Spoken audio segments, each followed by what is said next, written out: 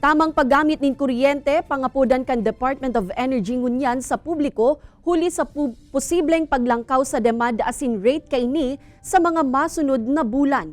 Mantang taripa sa Kasureco 2, posible mang maglangkaw. Bilog na detalye sa report na ini. Makalisan paghiro sa taripa kan kuryente kan nagkapirang electric cooperative sa probinsya kan Camarines Sur. Nangapudan ngunyan ng Department of Energy sa mga konsumidor kan tamang paggamit nin kuryente. Sigun sa ahensya, posibleng maglangkaw ang demand kan kuryente sa masurunod na bulan, bagay na piguyunan kan Kasureco 2. Inihuli sa pag-abot kan summer season, puun sa bulan nin Marso hasta Hunyo kung sa indakul ang nagagamit nin appliances. Taro yan sa babantayan tapungunan kung ini pong paglangkaw kang demand and magkulang po ang supply. Saro pa po yan pwedeng makaapekto di sa taripa tangon niya na bulan na December.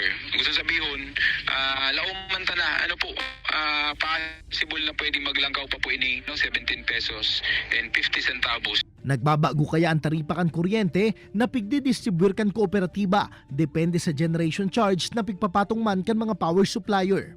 Bud sabihon, in kaso maglangkaw ang demand kan kuryente, dangan magbaba ang supply kaini, pwede subot makompromiso ang operasyon kan nagkapirang power plant.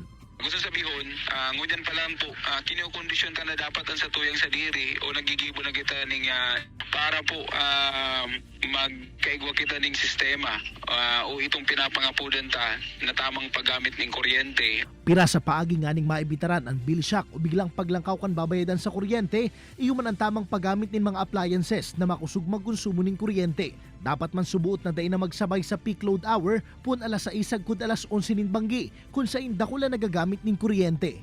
Kaibanan si Gerald Gandia, Jesse Cruzat, Balitang Bicolandia.